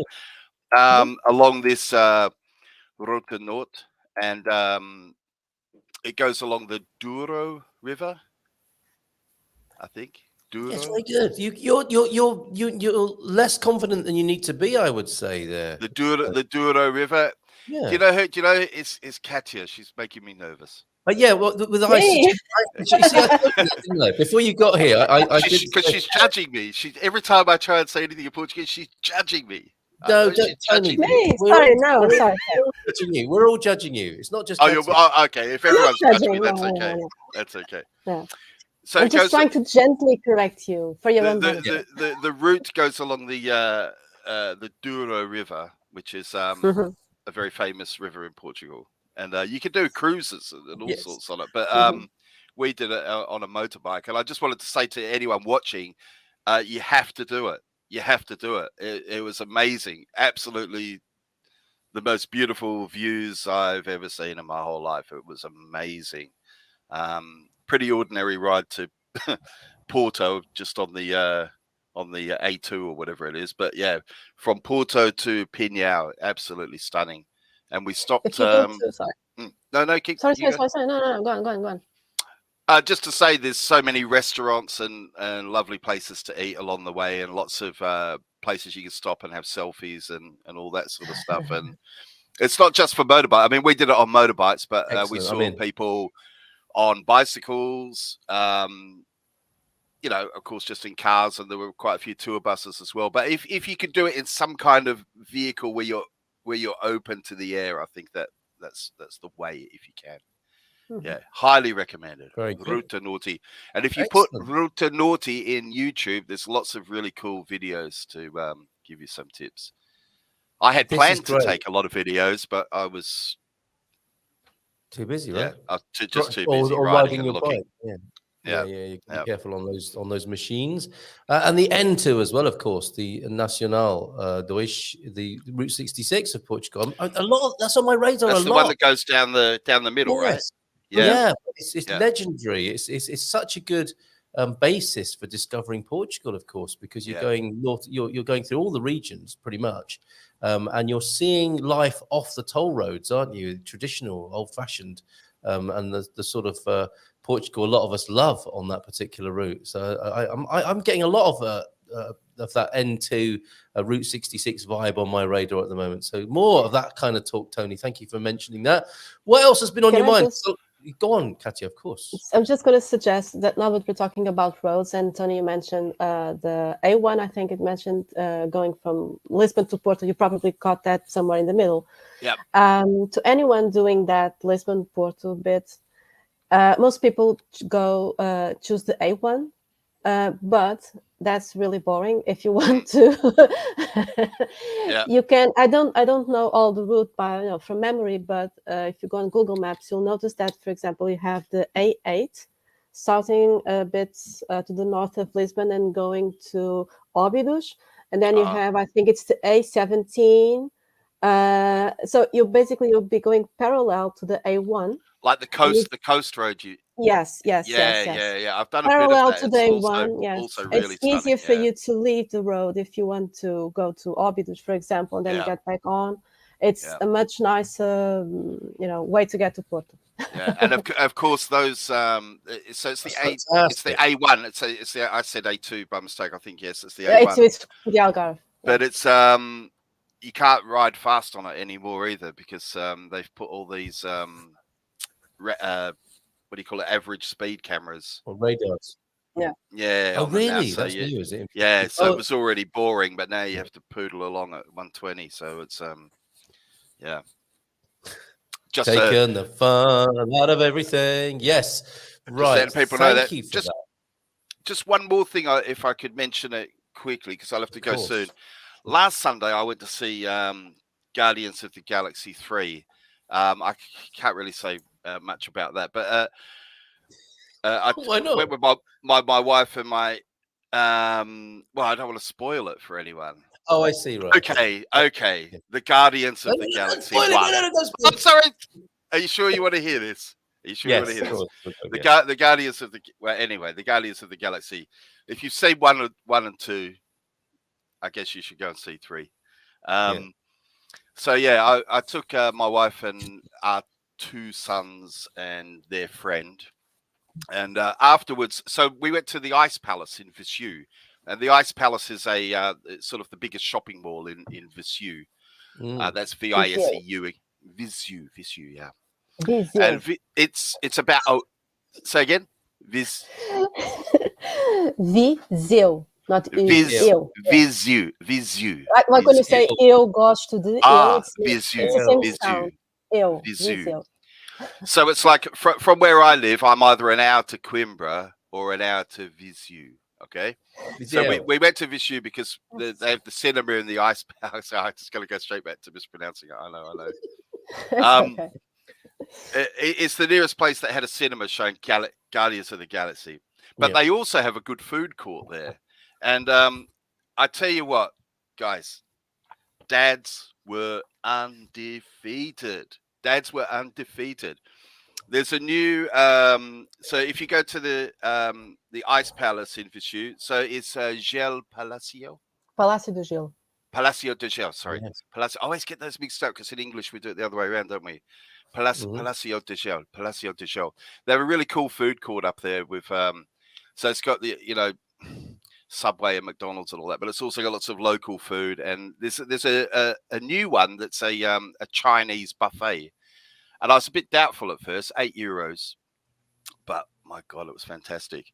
But the best part, I mean, the food was great, but the best part was watching the dads, including me. I was just as bad, but what, loading their plates? Loading their plates up. There was one dad. It was amazing. He got his plate and he built a like a moat of California rolls all the way around, two levels high, and then filled the interior. And it was like a tower, and it was a monument. It was a monument to dads. And he was walking with his daughter, must have been about 12 or 13 years old, and you could see really mixed emotions. You could see part of her just wanted, because I mean, we stood up and saluted him. You know what I mean? We stood up and saluted him. Yeah, all the dads. You could see it was mixed. She didn't know whether she wanted the ground to swallow her up, but there was pride there as well. I could see it. Yeah. And he was just he had the biggest shit-eating grin I've ever seen on a man, and he was just looking at this thing. And I'm not ashamed to say, Carl, there were tears.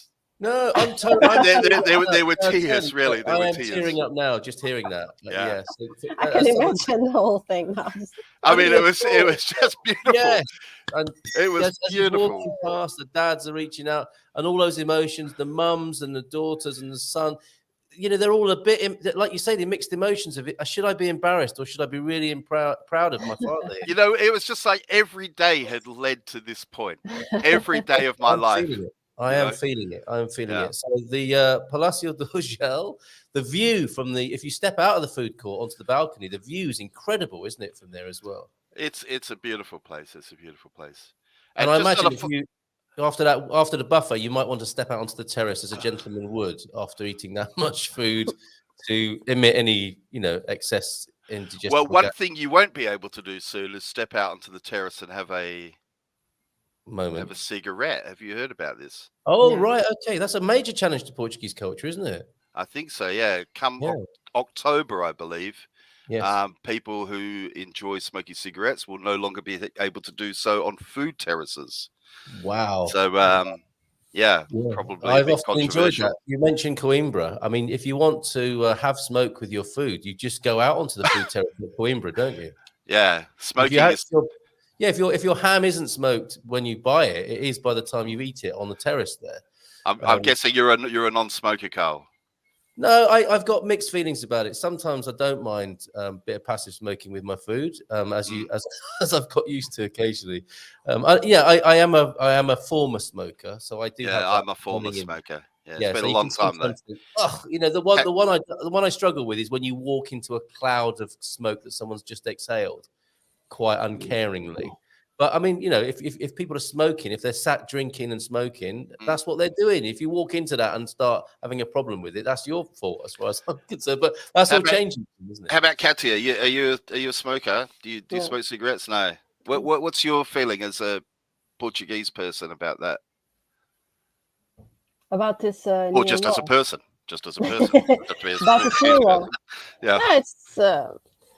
I don't know if you've noticed already, but there's a bit of a tradition here in Portugal. Especially, you see that a lot in groups.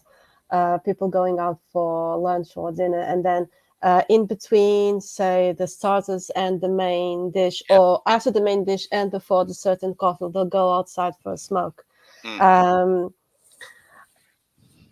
I don't know. I suppose that in most cases, if you can, instead of just standing outside the restaurant, you'll just take a few steps more and still have a smoke, because technically you're not standing outside the door, so you're just a few meters away from it. So I can say we ran a pub in England not long after the smoking ban in England, as they called it. It's not a smoking ban; it's a ban on smoking in public areas, and it was supposed to be the end of the world, and it didn't really make a lot of difference. Well, they tried it didn't they start it in Ireland, where you're thinking there's no way it's going to work, and it did work, didn't it? Yeah, and it's just a few. It's just a few steps more, isn't it? Really. It's a few steps more. Well, this just is the sort of thing we might be talking about on the Iberian FM phone, and it's 3 minutes past 10. You may well both be late for your next appointment, and I feel responsible for that. I just wanted to quickly add, and nobody has commented on my very shiny head. It's more shiny than usual. I just wanted to say, did you get into some trouble? I got one of these things, and it's beautiful. It's like getting a head massage. Is it like strimming though, Tony, where you use it and you think, do you know what? I'm going to do that patch over there now. I'm going to offer to do. Are you going to keep going with your new razor device on other parts of your body, or is that indelicate for me to ask? I tried it and it gets clogged too quickly. And, oh dear! I so wish I hadn't asked now. Yeah. No. No, man, you've got to go with shears. What are you thinking about? What are you thinking about? I'm talking about my chin. Okay, fair enough. What are you thinking of? No, I'm just thinking nostrils. No, okay. What are you thinking of, Carl? What are you thinking about? Dear. Oh gosh, it's so much fun having you here, both of you. It's been fantastic this morning. Tony, there was a question of why are you wearing a mask in the picture I've got of you? Was that an ironic mask wearing in the middle of the countryside? You're making some sort of point, I'm sure. What's ukulele in hand? You've got the ukulele and you've got your mask on, and you're doing a sort of Japanese selfie gesture as well. Everything was in the that's actually on the beach in Obados. Yeah. Where you were responsibly wearing your mask. Yeah. Well, I think that was at the time when COVID was sort of coming out at about 1:30 in the afternoon. If I remember. And you were there. You were there with your mask on at 29 minutes past, ready for it. I was ready. Yeah. Good man. That was the answer. Those were the days. Those were the days. Weren't they? Those were the days when I walked past the beach at San Martino de Porto yesterday and saw the green sticker and the red sticker showing you where to enter the beach during those days. Happy times. I'm so confused now. Yeah. Nobody knows what to do anymore. We've got way too much freedom. Too much freedom, and we don't know what to do with it. That's just wait a little while. Okay, on that uplifting note, you two are absolute legends. It's been so much fun today. And if the air needs clearing, that merchandise has already been launched. We only have to mention it. And look, Iberian Gauge, the new aftershave for men. For anyone, let's not be sexist about this. Iberian Gauge will be in the shops and ready for Christmas, I hope. Thank you so much, you two. A final word from each. Let's go, ladies first. Enjoy your process in learning Portuguese. Well said. And we did this morning, didn't we? The ups and downs, all the emotions were there. Yeah. So yes, thank you very much, Cátia. That was so much fun, and I No look forward to problem. seeing you next month. Tony, Final word from me. yes, please. It had to happen at some point. Anti-constitutionalism amendment. Yes! Yeah. Well done. Well done. Okay, a bit of Iberian FM phone in action now. Thank you so much. Have a great day. And all the stuff about Bye, Aveiro and smoking, we'll carry that forward into the next half hour. Ciao, ciao. Bye for now. Ciao, ciao. Ciao, ciao.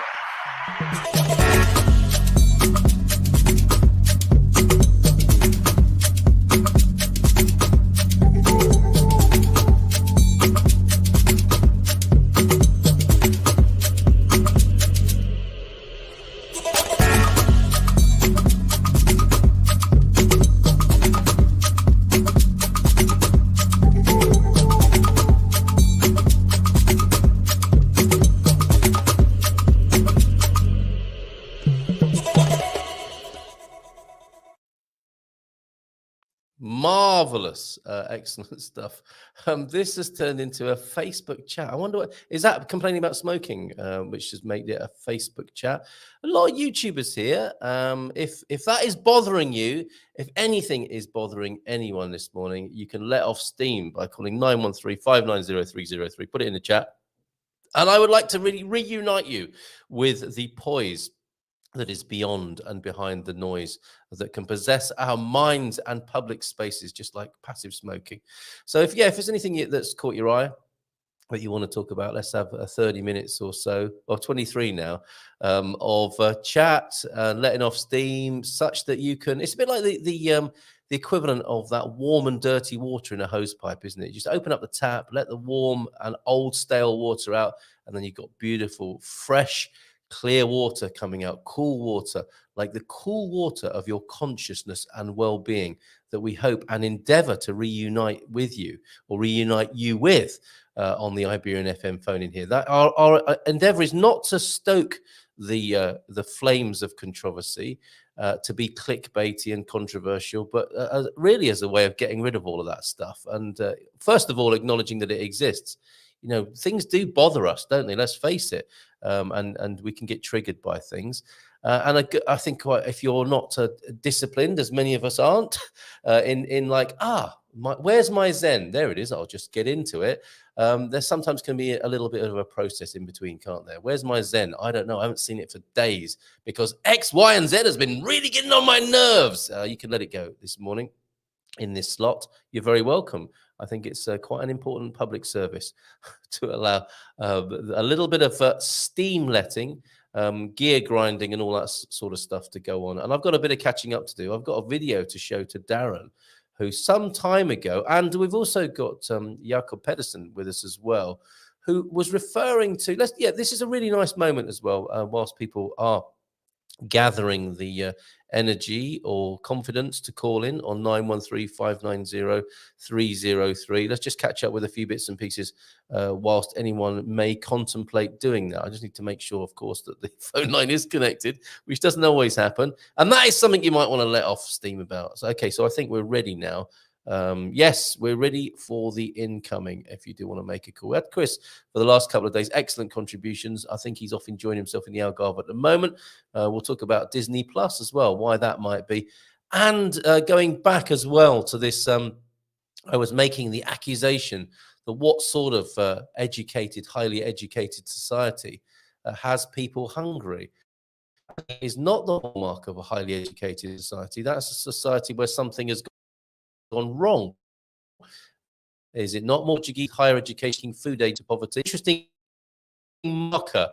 Citizens with high education are appealing for help due to poverty. Portugal's International Medical Association, AMI, has warned today salaries are not allowing people to cope with basic needs. Something's gone wrong, hasn't it? Speaking to Lusa at the Foundation's Porta Amiga Centre in Chelas, Lisboa, AMI Director Salome Marques described worrying numbers of people who are already starting to appear who actually have more advanced schooling, a higher level of literacy, God forbid, than those habitually supported. She fears that people's mental health could be becoming more and more fragile. What a pretty pass. What a sad state of affairs. That to me is kind of sums up there in a little vignette where we might have gone wrong with all our cleverness. We're so clever that highly educated people need to go to a food bank. Something's gone wrong with the switchboard there, with the societal switchboard in how things are connected. There isn't a shortage, is there, of resources? There's just a problem with distribution. Oh, didn't notice you coming in, Raquel. How are you this morning? Good morning, beautiful people. And Feliz Aniversario is how you would say happy anniversary. We had so many other comments that I didn't get to. I do beg your pardon on that. We can catch up with a few now. And should I attempt to say anticonstitucionalissimamente? Yeah, it's the mamaint that's thrown me, isn't it, at the end there? And Alisa Maminki, is that what you were trying to get me to say as well, Tabitha? I'm not sure. And is that connected with your comment about Disney Plus, who supposedly you're reporting to us, Tabitha, that they have lost 4 million subscribers? Yeah, Disney Plus loses 4 million subscribers. What's that about? The tired trope around that is that they've all gone all wokey-cokey and no one likes it. And that's why they're losing people. But there could be all sorts of reasons for that, could there not? Anti-disestablishmentarianism, I'm better at that than I am at the Portuguese longest word. That's the longest English word, and thank you to James for that. All the Disney subscribers are here. Here's a theory from Stephen Wells. But they are now using the same Netflix login. So it just looks like 20 are watching. We know that so well. Good morning. I am thinking of traveling to Aveiro today. Let me play you a little bit of a tourist information video in that case. The Monkey Park. Don't know why it's called that, but here it is. A little service to you, Darren, from Bairandi. Careful.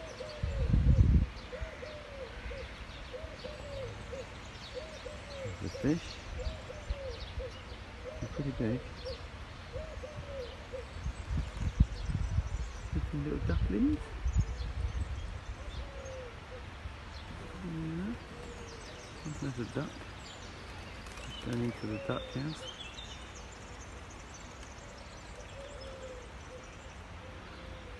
In the monkey park in Aveiro. Very nice.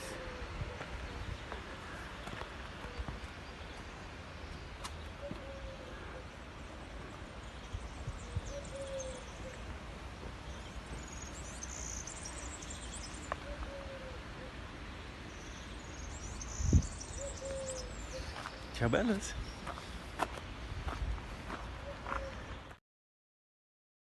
There he is with his catchphrase, Joe Bellas. That's really lovely. Thank you. And Darren, interesting water monkeys, he says. We don't know why it's called the Monkey Park. I think it's the park next to the hospital, and it's fantastic. Aveiro, I think you'll enjoy yourself in Aveiro. It looks like, yeah, you're going there on CEF business. Darren, if you possibly can, and I think I would give this advice to anyone on bureaucratic business, make a day of it and enjoy the town you're going to. Don't just go there and get peed off with the bureaucracy. Make a day of it. Have some fun in Aveiro. There's lots to do there. It's a fantastic town. It really is. That's just one of its many charms. Turtles, ducks, ducklings, and fish cohabiting together in, oh, look, Parque da Macaca. Yes, coexisting there as a little United Nations of the fauna world, as an example to us human beings. Isn't that incredible? That's with when your back's turned, though, those fish are probably trying to eat the ducklings and the turtles are trying to eat the fish. Anyway, probably not the best analogy for human cooperation. We talked about the Rota Nord N222, which I think Tony is a great fan of now, part of it along the River Douro as well, that trip he just talked about. And Jacob Peterson, Pedersen, good to have you here. It's a song. Is that what never turned down the offer of a mint? Sounds a bit like something. It does sound like an old musical number. All right, ladies and gentlemen, we're going to do our favorite now. Never turn down the old offer of a mint. Yumty tumty tum. Sounds a bit like something that could have been on the soundtrack from Trainspotting. Yes, but I don't think it would have been mints, or they would have been using the word mint as a euphemism for something else, possibly, on the old Trainspotting movie. Not that I've seen it, or I've only seen bits of it, I think. I'm not sure I could take my hand down away from my face to see the whole thing. And tip of the day, thank you as well from Jacob Pedersen. Tip of the day, if you want to learn Portuguese, start with the word, oh, don't make me do that again, anticonstitucionalissimamente. The rest is easy peasy. There you go. They are brilliant. I'm still wondering what that refers to.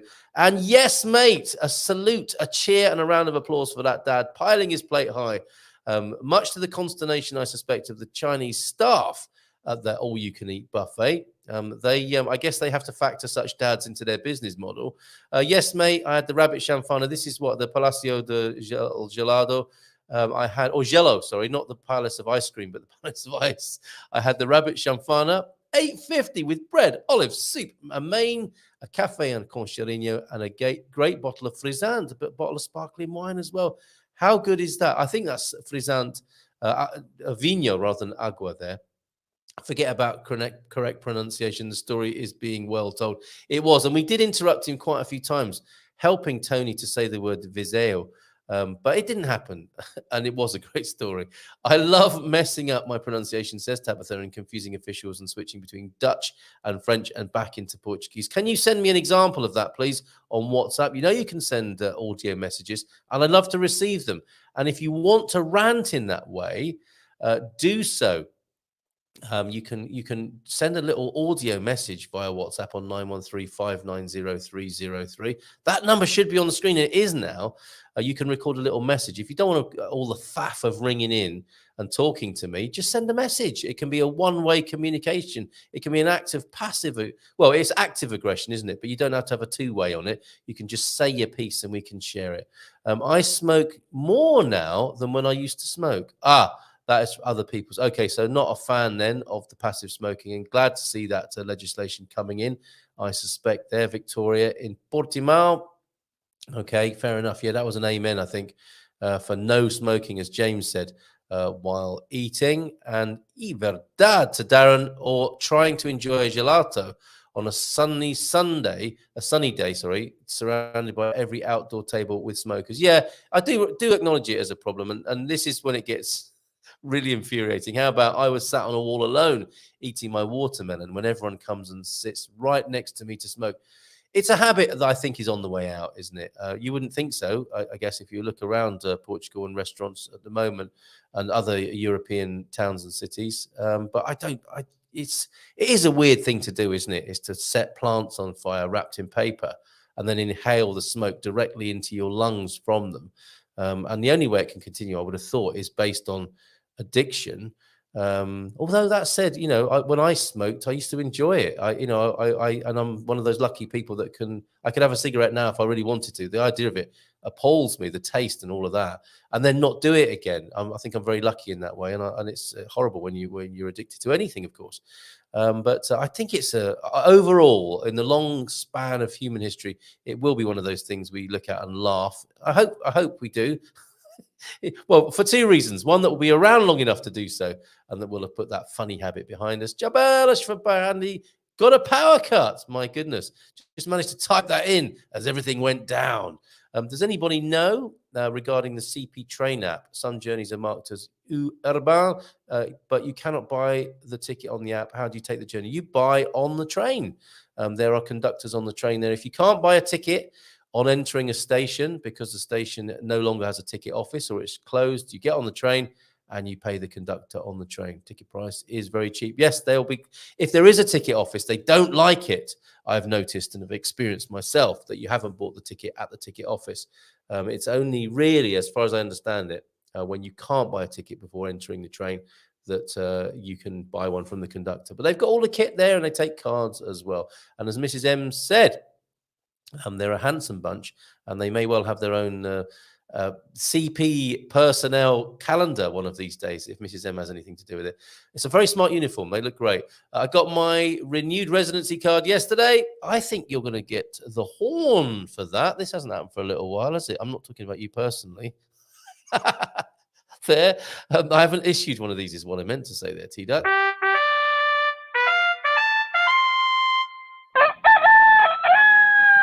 Look at that, and confirmation that Portugal will have to put up with T-Duck for another, or at least 3 more years. Nice one. And I got it there. I finally got it. Thank you very much. And if they ban smoking, then how about banning excess perfume? Far more disgusting to me. That's interesting. So you don't want to stand next to me when I've just applied a liberal splashing of lavender, or is it those more hormone disrupting ones? Some of the I've got a feeling that this acabrito, old school stuff, is quite natural. That's, of course, if you can describe covering yourself in essential oils and alcohol as natural in any way. And maybe Iberian Gauge, you don't want to partake in that. You just want to do the design and step way back. But yeah, there are some perfumes, aren't there, and body sprays that I think have what I call hormone disruptors in them. And there are a few household products like that as well. I think you're right. And that will also come in time, won't it? And we will, of course, be accused of being snowflakes and wokey-cokey, wokey-cokey snowflakes who can't cope with a good blast of Old Spice up each nostril first thing in the morning. Okay, I think we're going to leave it there today. Make a note of that number, though, 913-590-303 for the Iberian FM phone-in. If you are going about your day and your poise is ruined by noise, whether that be of a physical, spiritual, mental, whatever level of that's occurring, don't forget, I'm here for you at 10 o'clock on a weekday morning to let off a bit of storm, storm and steam, and return yourself. Oh no, that's the wrong one. But nice to hear Owen's voice there. Yeah, actually, if I can share with you, this is our mission statement done sonically for you now. If you find yourself ever in this state.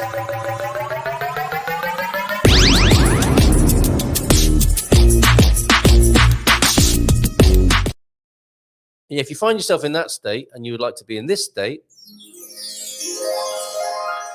tune in to the Iberian FM phone-in. Come and let it all go, and a problem shared is a problem halved, and hopefully we can get rid of that other half as well through respectful discourse, open hearts, open minds, and the sort of topics you're not going to necessarily hear discussed on the news, although you might do on Twitter soon. Good job, Elon Musk. Come join us 10 o'clock weekdays on the Iberian FM phone-in. That's it for today. We'll see you tomorrow for more Portuguese pronunciation, because, of course, it will be Fella Man Friday. Until then, have a great day. Bye for now. Take care. See you tonight, possibly, when we talk to Daniel of Crowd Design about getting a home built by an architect here in Portugal and the dream team thereafter. Take care. Bye for now. Ciao for now.